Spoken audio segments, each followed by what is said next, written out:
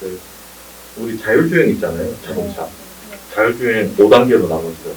그거가 비슷하게 표를 만든 건데, 자율주행이 지금 2단계 정도 됐다고 했죠. 이 2단계는 핸들을 잡고, 이제, 핸들을 잡고, 꼭 잡고 있어야 되고, 그냥, 근데, 그, 고속도로 같은 데는 이제 가주는 거. 그래서 여기서 책임성이 자율주행이라고 하더라도 사람한테 책임성이 있죠. 그런데 이제, 레벨 3가 넘어가면 사실 조금 경계가 흐트러지는 것 같아요.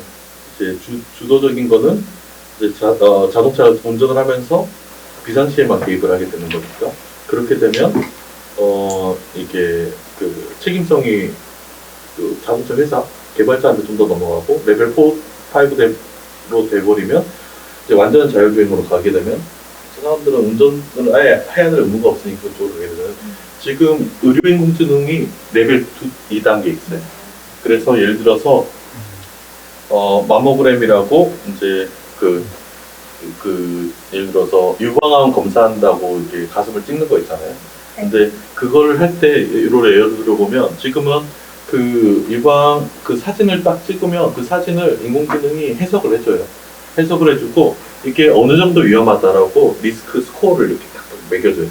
그럼 의사가 그걸 보고 이 정도 위험하구나 라고 판단해서 앞으로 이거를 뭐 조직 검사를 할지 아니면 뭐 치료를 할지 아니면 지켜볼지를 결정을 하죠. 근데 레벨 3가 되면 어떻게 되냐면 인공지능이 그 영상을 찍고 조직 검사를 해라 아니면 하지 마라 아니면 어떻게 하고 지켜봐라 이렇게 얘기를 해줘요. 그리고 이제 의사들은 그 백업으로 이렇게 있는 거죠, 뒤에서. 혹시 잘못됐나 싶어가지고.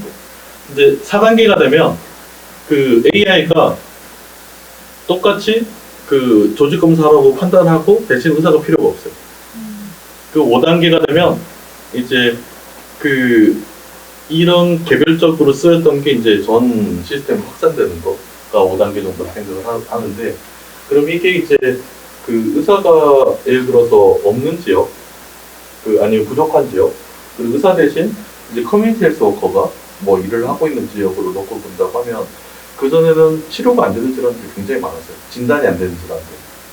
근데 이 부분들이 의료 인공지능이 들어와서 만약에 진료를 하게 된다고 하면 이제 내가 이제 교육은 6개월밖에 안 받았는데 우리 지금 간호조무사 선생님들이 6개월 정도 진료를 수련을 막 하잖아요. 근데 6개월 정도 받고 할 수 있는 데는 극도로 제한되는데 얘가 있으면 이런 의료 인공지능이 있으면 진단도 해주고 가이드를 해주고 거기다가 처치를 어떻게 하라고 해주면 그 처치를 하면 되는 거니까 네, 훨씬 더 이제 의료진이 없는데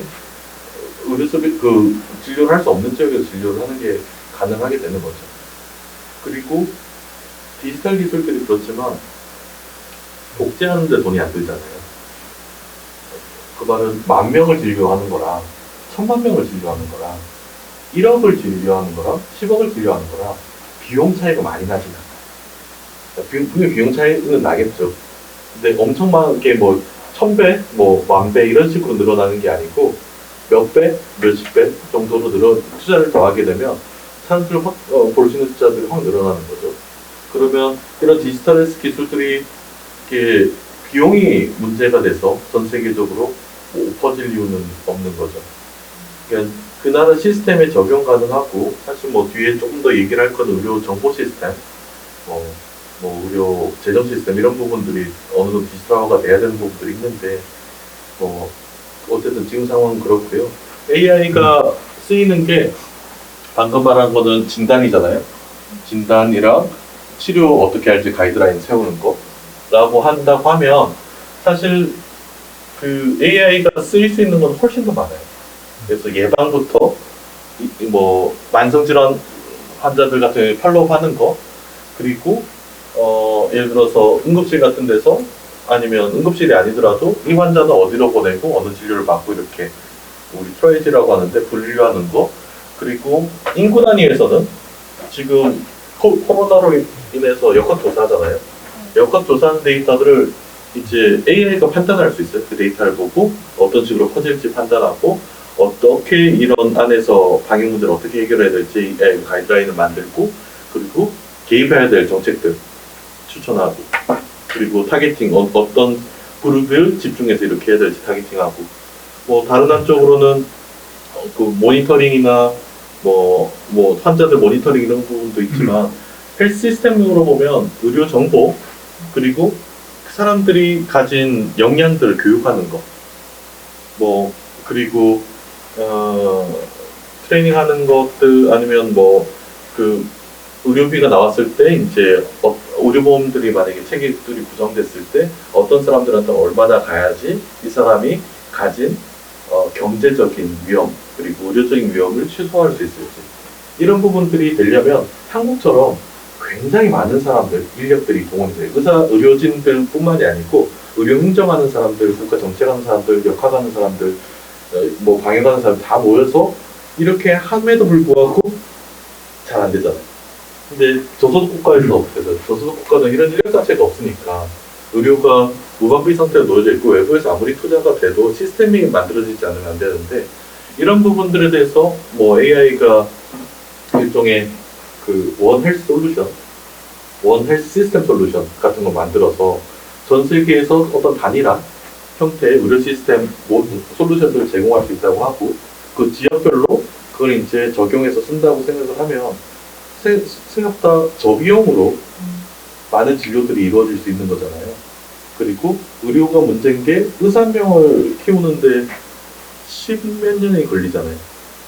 근데 저소득 국가에서는 이렇게 거버넌스가 약하기 때문에 10몇 년 동안 그 교육을 유지할 만큼 시스템이 안정적이지 않으니까 돈이 있어도 할 수가 없는 부분이었는데, 어쨌든 그런 트레이닝 기간을 훨씬 더 줄여주고 적은 정도의 트레이닝만으로도 이제 의료 진료의 상당 부분을 커버할 수 있다고 하면 사실 게임 체인저 역할을 하죠. 근데 이게 지금 기업들이 주도를 하고 있어요.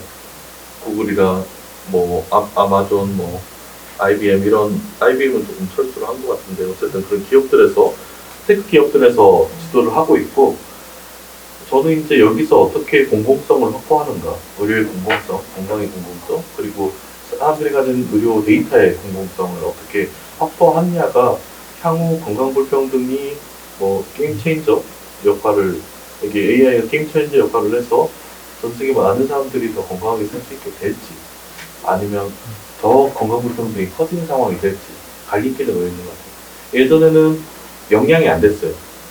전 세계 건강 불평등을 해결할 수 있을 만한 영향이 안 됐어요. 근데 이런 디지털 시스템이 들어와서 우리는 기술적인 영향을 갖춘 시대가 곧 다가오는데, 이 다가오는 기술적 시대에서 우리가 어떤 식으로 할지, 우리 자원을 어떻게 나눌지, 우리 시스템을 어떻게 나눌지, 그리고 그 사이에 이제 나오게 된 빅데이터들, 저소득 국가에서 나오는 빅데이터들을 어떤 식으로 처리할지, 그리고 이게 거기서 나온 빅데이터들이 그 사람들을 위해서 쓸 수 있게 어떻게 가공돼야 될지, 이런 부분들이 지금 굉장히 중요한 시점에 있는 거죠. 그래서 우리가 글로벌 불평등의 원인과 해결 방법을 조금 다른 전략을 세우는 것도 방법인 것 같아요. 그 원인은, 저는 이제 정치적 불평등 혹은 국가 간 불평등, 이런 문제들이 굉장히 중요한 결정 요인이라고 생각을 했는데, 이게 아까 말씀드렸듯이 정치적으로 해결될 문제 같으면 너무나 큰 컨센서스가 필요한 것 같아요. 그리고 그게 이제 사람들이 잘 그렇게 합의들이 잘 안 만들어지잖아요. 그래서 이제 해결되려면 예전에 해결됐었을 건데 해결이 안 되는 거고, 자원이 모자라서 그런 것도 아니잖아요. 근데 이제 앞으로는 이런 기술들이 어떤 식으로 사용되는가에 따라서 다른 세계가 될 수 있죠. 사람들이 건강하면 교육도도 잘 돼요. 그리고 경제 역량도 훨씬 더 높아지고, 그리고 그 의료 시스템이 이렇게 행정 시스템처럼 이렇게 안정적으로 주어지면 그 나라가 굉장히 흔들릴 때, 그 거버넌스가 흔들릴 때 그 사이가 최소한으로 유지될 수 있는 능력이 있기 때문에, 사실 의료 하나가 개선되면 전 세계 빈곤 문제나 아니면 경제적 격차 문제가 상당 부분 다른 기회를 가질 수 있을 가능성이 높죠. 그래서 어떤 연쇄 효과가 있을 것 같은데, 그 시작이 지금 이렇게 갈림길에 놓여져 있는 것 같아요. 그래서 저도 이제 영국에서 일을 하는 게 글로벌 헬스를 하기에는 더 좋거든요. 국제보건을 그쪽에다 이제 제네바도 가깝고 유럽 중심으로 가고 있었으니까. 근데 이쪽으로 와서 조금 더 집중을 하는 거는 이런 AI나 디지털 기술들이 굉장히 큰 포텐셜을 가지고 있기 때문에 여기에 조금 저는 좀 집중을 하고 있습니다.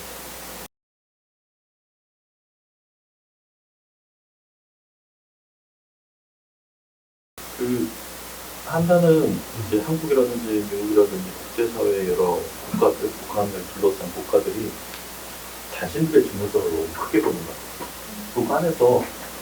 북한에서는 북한 주민들이 중요하죠. 그 나라 내부 정치 문제가 훨씬 더 중요하죠.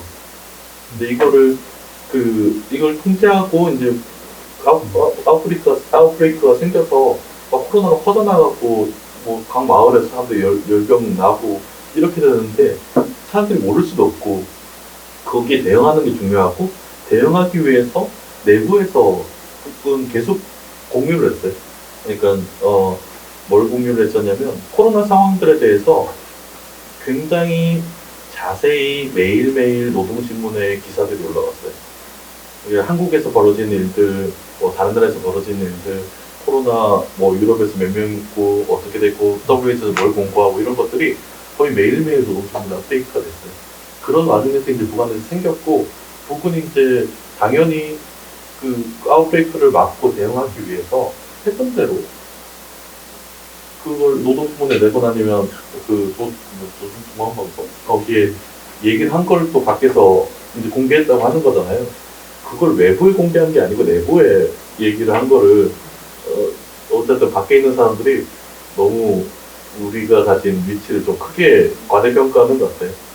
반대로 생각하면 우리나라에서 코비드-19이 터져서 온 국가가 비상인데 우리가 그 데이터를 일본에 공개하기 위해서 방송에 내는 건 아니죠.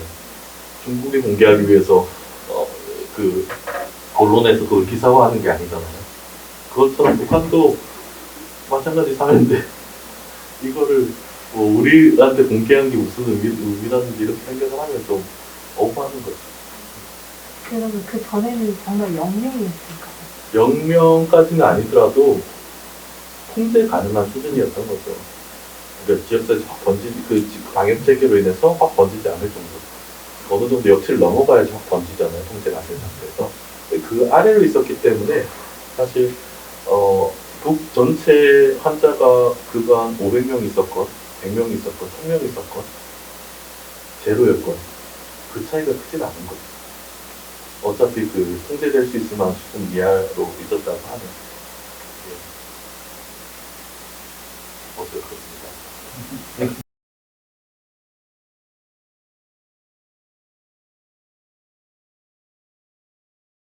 그러니까 도시화 문제로 보면 전염성 질환은 사람들이 모여있고 위생이나 이렇게 방역제도가 제대로 되어 있지 않으면 발생하기가 쉽고 퍼지기가 쉽잖아요.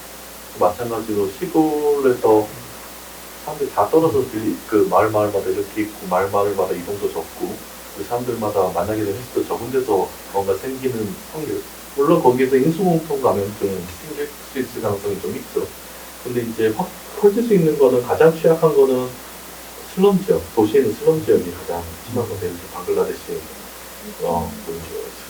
근데 도시에는 슬럼 지역이나 이런 데가 굉장히 취약한 거고, 그리고 의료AI는 일단 데이터 관련해서 두 가지가 나눠지는데, 데이터들에 대한 환자들의 데이터들의 소유권이 누구한테 있을까? 환자한테 원래 내 데이터 내가 가지고 있을 수 있는 거잖아요. 그런데 생각보다 데이터가 비싸요. 그러니까 예를 들어서 암이 있어요. 여기 암세포가 몸에 있는데 그거를 병리학 이미지가 있잖아요. 병리학 이미지로 딱 찍어요. 슬라이드를 현미경으로 들어가서 찍어요. 그리고 그 찍은 걸 가지고 병리학자나 아니 관련된 전문의가 읽어요. 그러면 그 이미지 하나가, 그렇게 이미지에서 해석한 이미지 하나가 한 100불 정도 하거든요. 그러니까 그 이미지만, 그러니까 진단료는 더 비싸겠죠. 그리고 이미지를 이게 데이터로 만들면 한 2기가 정도 돼요. 그런 작업들이 또 한 100불 정도 든다고 들었어요. 그럼 한 사람의 병역 이미지가 만약에 200불이라고 하면 이게 의료 인공지능을 트레이닝하려고 머신러닝으로 트레이닝하려고 하면 몇만 장의 아니 몇천 장, 몇만 장이 필요하다고 하면 하나의 비용들이 굉장히 많을 거잖아요. 그러면 그게 이제 만약에 저작권 없이 그러니까 내 몸에서 나온 이미지에 대한 그러니까 그 지식재산권이 지식재산권은 아니죠. 그러니까 내 몸에 대한 내 정보가 어떻게 쓰이는지에 대해서 한국이나 미국이나 유럽 같은 경우는 굉장히 법령이 강화돼 있어요. 개인정보 보호 법령이. 근데 그렇지 않은 나라들, 초기에 있는 국가들, 그건 아직 그런 식의 레귤레이션들이 많이 만들어지지 않을 거라고. 그런 문제가 그래서 이제 결국에는 인공지능 시대의 데이터는 원유 같은 거예요. 그러니까 그 산업을 돌아갈 수 있게 하는 원유 같은 거고, 그 자체가 자산이고 쉽게 경제적 가치로 막 만들 수 있는 거고 하는데 그 부분들에 대해서 우리가 저소국가, 중저소국가, 하나의 다국적 기업보다 힘이 약한 국가들, 그래서 자국민들을 제대로 보호할 수 없는 국가들, 혹은 정치적 엘리트들의 부패로 인해서 보호할 의지가 약한 국가들에서 나오는 데이터들이 있을 때, 그 데이터를 결국 어떻게 공공성을 확보해서 사람들이 그 데이터를 가지고 자기가 무료로 치료받게, 무상으로 치료받게 할 수 있는지가 중요한 시기인 것 같고요. 다른 하나는 지식재산권 문제가 복잡하잖아요. 백신 문제도 그렇고, 지식재산권 문제가 이렇게 이런 위급 상황에서도 이렇게 면제가 되는 데가 굉장히 오래 걸리고, 그런데 디지털리스도 마찬가지로 지식재산권 문제가 있죠. 그런데 이제 지식재산권이 좀 재밌는 점 중에 하나는 국내법을 따라가잖아요. 각 나라의 국내 특허 관련 법들을 따라가고, 그래서 사람들이 특허를 낼 때 그 큰 회사들은 여러 나라에 내잖아요.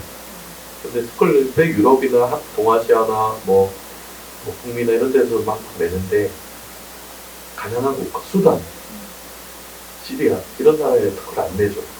시장사가 없다고 와서 시리.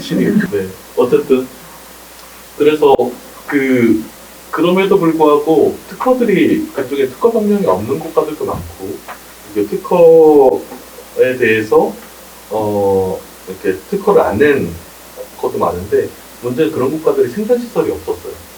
특허가 없어도 그 나라에서 생산할 수가 없었던 거고, 잘 사는 나라에서 생산하거나 특허가 내 있는 나라에서 생산을 해서 다른 나라로 팔 수도 없는 거니까, 그게 이제 문제가 됐었는데, 디지털 기술은 복제 가능하고 국가의 범위가 약하잖아요. 서버는 여기 있고 데이터는 여기 있고, 실제 하는 거는 컴퓨팅 하는 것도 다른 나라에 있고, 그러면 거기서 이제 지식재산권에 좀 복잡한 문제가 생기는 것 같아요. 그러면서도 저소득 국가에서 쓸 수 있는 틈들이 생기는 것 같아요.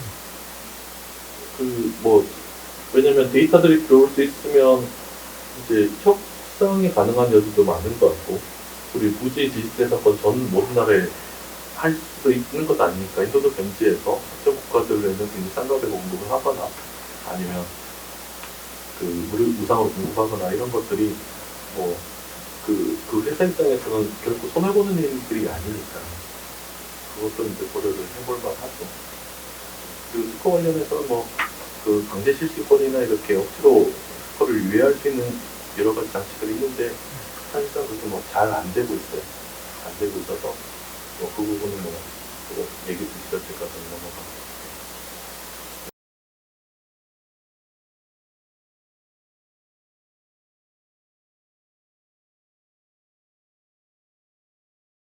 이게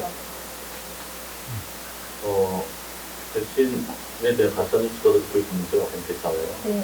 이거 단순하게 생각하면 신뢰 문제라고 믿음? 왜냐면 사람들이 뭔가를 믿고 신뢰하는 거는 이성적인 과정이 아닐 수 있거든요.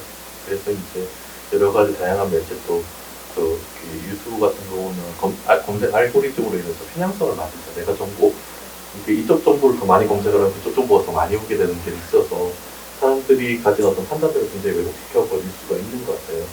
그래서 실제로 그것 때문에 백신을 안 맞는 사람들도 많았고, 그래서 다른 한쪽으로는 백신이 가진 위험성, 모든 약은 부작용이 있죠. 백신만 그런 게 모든 약은 부작용이 있는데, 근데 이제 조금 더 이제 지구적 생각을 가지고 있는 사람들한테서 어떻게 얘기하냐면, 백신 연대의 문제인 것 같아요. 내가 백신을 맞음으로 인해서 나보다 건강이 취약한 사람, 위험한 사람들이 백신을 맞아서 죽을 가능성이, 그러니까 감염돼서 죽을 가능성을 줄여주는 거죠. 근데 나는 건강하고 젊은 사람, 예를 들어서 젊은 사람이 백신을 안 맞았을 때, 자신이 가지게 되는 위험보다, 이제 뭐 질환이 있거나 아니면 나이가 많거나 이런 사람들이 가진 위험성들은 훨씬 많이 차이가 나잖아요. 그럼 결국에 내가 백신을 맞는 거는 나를 위해서뿐만이 아니고 내 옆에, 내 주위에 있는 사람들을 위한 연대의 과정인 건데, 그 부분에 대해서 이제 이걸 굉장히 명확한 연대라고 생각을 할 텐데, 연대라는 생각을 진보적인 생각을 하시는 분들도 생각을 같이 못하는 사람들이 많은 것 같아요. 네. 그리고 맞으라니까, 국가 맞으라니까 뭔가 반감도 생기고 뭐 그렇게 하는데, 연대 문제라고 생각을 해야 되고, 백신이 가진 부작용들, 거기에 대해서 뭐라고 해야 되나, 컨스피러시가 많이 생기잖아요. 그러면 그거는 그냥 현재 과학 자체를 부정하는 거랑 비슷해요. 그리고 과학계가 굉장히 피어 리뷰가 많잖아요. 동료 평가들이 많아서 어떤 과학적 사실이 하나 만들어지기까지 어떤 특정 사람들이 좌지우지할 수 있는 게 아니에요. 굉장히 민주적인 과정이에요.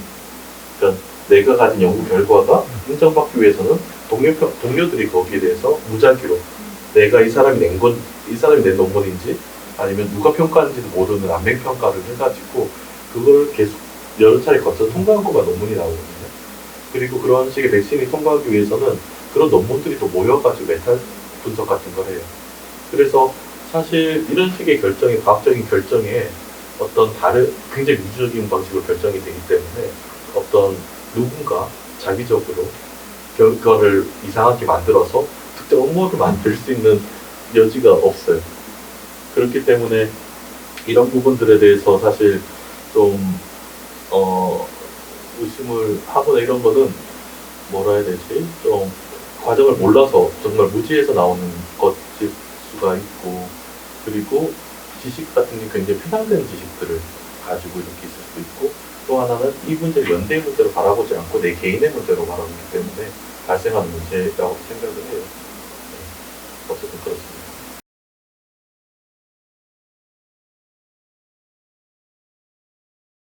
네. 원동력이 뭐라고 하면 이게 적성이 맞는 것 같아요. 그러니까 저는 제 하는 일이 이제 만약에 공무원으로 9시부터 6시까지 규칙적으로 출근하고 퇴근하는 거는 저한테 훨씬 쉬운 일일 것 같아요. 네. 저한테 더 잘 맞고 쉽고 뭐 적성에 맞는 일이라고 생각을 해서 하는 거고, 여기에 이제 뭐 엄청난 가치나 뭐 독점 대주나 이런 것들 가지고 일하는 게 아니고 책무를 가지고 하는 것도 아니고, 그런 것들을 가지면 가질수록 뜻보다 해가 된다는 경험이 있어요. 왜냐하면 굉장히 낯선 곳에 가서 일을 하는 거잖아요. 한국에서 내가 그런 가치를 가지고 일을 할 때 내가 이 컨텍스트, 우리 사회에 깊게 뿌리내리고 있기 때문에 내가 가진 가치가 공유가 되잖아요. 그 공유한 가치 안에서 적절한 판단을 가지고 있는데, 낯선 곳에서 일을 할 때는 외부자로서 가진 생각이 강하면 강할수록, 그게 이제 종교적인 신념이든 아니면 정치적인 신념이든 그런 게 강하고, 또 하나 내가 극심한 상황에서 뭔가 줄 수 있는 사람이고 어떤 걸 받아야 되는 상황이죠.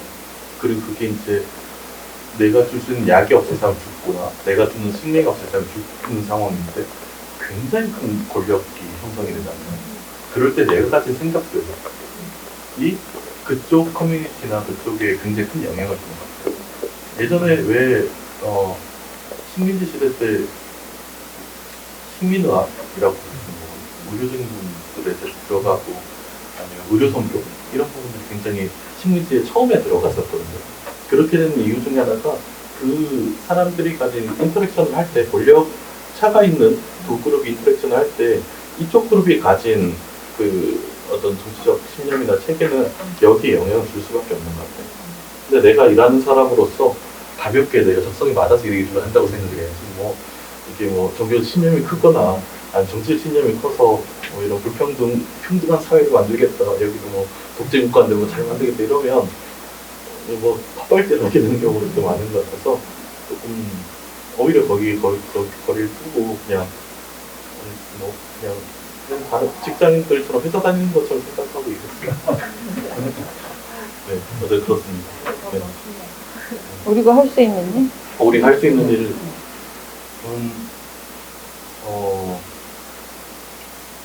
주위에서 할 수 있는 일들을 찾아야 되고요.